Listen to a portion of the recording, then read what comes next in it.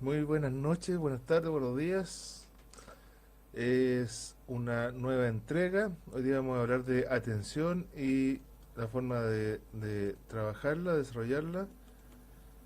Con- eh, Estábamos en esfuerzo consciente, el entrenamiento de la atención. Es difícil de explicar lo que es el esfuerzo consciente si no se sabe qué significa estar consciente. ¿Mm? Nosotros vivimos en un equilibrio dinámico. Aquí esta es la razón por la que debemos llegar con algunos conceptos antes y con otros irlo desarrollando después. Si es que demostramos ciertos algunos principios de esta teoría de la conciencia, mediante el Sphere, nada, a medida que vayan avanzando distintas etapas en este desarrollo del experimento de despertar, vamos a ir descubriendo, o nada, vamos a ir confirmando, descubriendo, descartando muchas cosas del tema esotérico, y eso nos va a permitir ser más eficientes a la hora de conseguir algún efecto que tenga que ver con la conciencia, con la mente. Eficiencia en trabajar, en el estudiar, en el aprender. Hay un montón de cosas que pueden ser una utilidad para una persona externista que no tiene nada de espiritualidad, que no tiene nada. Porque lamentablemente la palabra espiritualidad ha quedado reservada a ese mundo oscuro, ignoto, desconocido. Pero hubo un tiempo, no hace demasiado tiempo, en que la palabra espiritualidad era asociada con el fuego interno que te llevaba a realizar las proezas, que realizar los esfuerzos, a realizar los esfuerzos. No todos somos héroes y no todos tenemos por qué serlo, héroes, no es necesario. El héroe también es un accidente histórico. ¿Mm? Todos somos accidentes históricos, hasta que despertamos. ¿Qué es despertar? ¿Qué es despertar? Y esto es un tema muy interesante porque vamos a hacer una diferencia que vamos a tratar más adelante, que es el despierto activo y el despierto pasivo. ¿Qué quiere decir esto? Hay despiertos que son pasivos. Gente como yo y la mayor parte de las que practican New Age, que pueden entender que las cosas se organizan de distinta manera, que pueden entender que ellos están presos en cierta mecánica, pero que no reúnen la energía, eh, o todavía están en la dificultad de reunir la energía para cambiar mecánica. Hay mucho despierto pasivo, mucho. Es la persona, entre comillas, con experiencia de vida, con percepciones especiales, con que es o carismática o empática. Eso es muy importante. Pero que no sabe cómo entrenarse a pesar de saber que esta persona es como bueno, tanta gente que ha estudiado, ha sido mago literario de Gurdjieff Castaneda, ha sido mago literario de la escuela Nancy a través de sus herederos del New Age, que son Oliver Stone, el poder psicotrónico, programa de su mente en alfa, el método Silva, actualmente el secreto. Esa es la forma externista de entrenamiento, la forma externista que toman las técnicas ascéticas de la antigüedad. Y es muy válido usarlo para... Oye, usan esta técnica de visualización para el entrenamiento deportivo. Lo más parecido ahora son, insisto, lo más parecido ahora a los antiguos místicos son los artistas de alto rendimiento y los artistas marciales. Lamentablemente, los esoteristas se han replegado a un mundo interior tan lejano y abstracto que ya perdieron contacto con la realidad. El esoterista promedio imagina sus rayos violeta o sus vibraciones estrafalarias saliendo de sus manos, pero la verdad es que no hay ninguna energía que salga más allá de su imaginación. No quiero decir que esas personas no sean capaces de generar efectos mágicos, todos podemos, pero tienes que ser más fuerte que la conciencia del enfermo. Y el enfermo ya está sintiendo dolores y molestias, así que es muy consciente de su enfermedad. La sanación psíquica es un tema serio, serio. Es difícil, no es fácil. Tienes que, de verdad tienes que ser un maestro en estas disciplinas para poder considerarlo siquiera, el tema de la sanación psíquica. ¿Cómo se entrena la conciencia? ¿Por qué voy a esto del consciente pasivo y el consciente activo? Ya. Sabemos que tenemos que hacer cosas, pero no sabemos cómo hacerlas. Sabemos que tenemos que entrenar, sabemos que tenemos que romper ciertas mecánicas. Le pasa a toda la gente religiosa también. Sé que tengo que combatir ciertos vicios. Hay un punto en que eres mecánico, creyendo dogmas.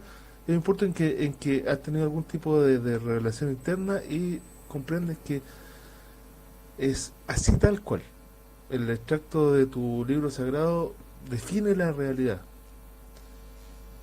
pero no tienes la disciplina para eso. Así lo vas a experimentar, como falta de disciplina. Lo he experimentado toda la vida. Y recién al final me doy cuenta que soy el tipo más testarudo y, y, y más disciplinado que he conocido en la vida en relación a mi obsesión particular. Y ese es el punto. Usted también es una persona extraordinariamente disciplinada en cuanto a aquello que le obsesiona. ¿Qué es lo que le obsesiona? Tenemos que trabajar con aquello que nos hace mover el cuerpo. Tenemos que trabajar por amor a aquello que nos hace mover el cuerpo. Entonces, mientras seamos conscientes inactivos, mientras seamos conscientes pasivos, tenemos que reunir grandes cantidades de energía para ponernos trampas en el camino, para que la mecánica de nuestras vidas nos lleve a comprender más información y a expandir nuestra conciencia. En otras palabras, el consciente pasivo entiende la manera de generarse a sí mismo accidentes históricos que sean de aprendizaje. Y una persona consciente activa, no, en realidad ya sabe moverse. El que es consciente activo se vuelve consciente pasivo en un siguiente nivel de conciencia. Porque así es como empezamos, todos empezamos como bebés que no pueden moverse de la cuna, tratando de entender qué pasa alrededor.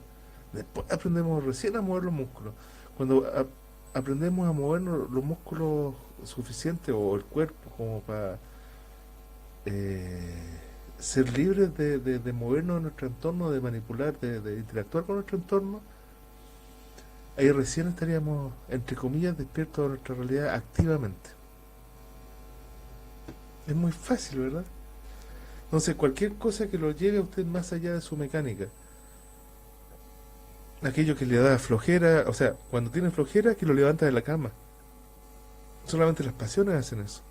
Y usted tiene que descubrir alguna pasión que sea abstracta, que vaya más allá de sus necesidades corporales. Así se entrena la atención. Yendo más allá de su mecánica en pos de un ideal abstracto. Yendo más allá de la propia mecánica en pos de un ideal abstracto. Así se entrena la atención. Piense cualquier práctica de derviche. Una serie de movimientos corporales que no realizan ningún trabajo en el mundo, ninguna transformación en el mundo real. No es un trabajo, es un... Si hubiera que definirlo, sería un juego o un entretenimiento, un baile de derviche. Pero no es ni un juego ni un entretenimiento, es un rito religioso. Y cuando tú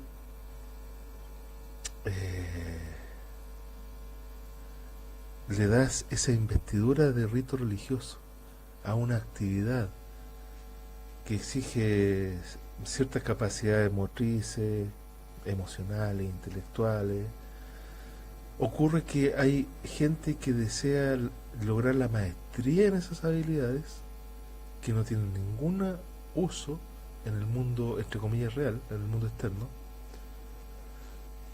pero quieren desarrollar la maestría en esas habilidades porque sienten un profundo vínculo con su sistema religioso.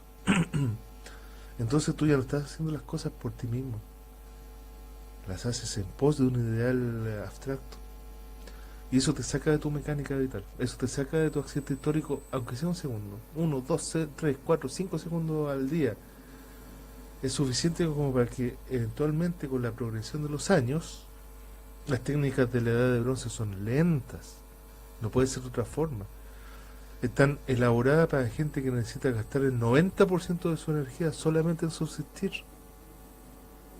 Es por eso que hasta el día de hoy, en el pleno siglo XXI, es obsceno que sigamos realizando las mismas prácticas ascéticas y religiosas.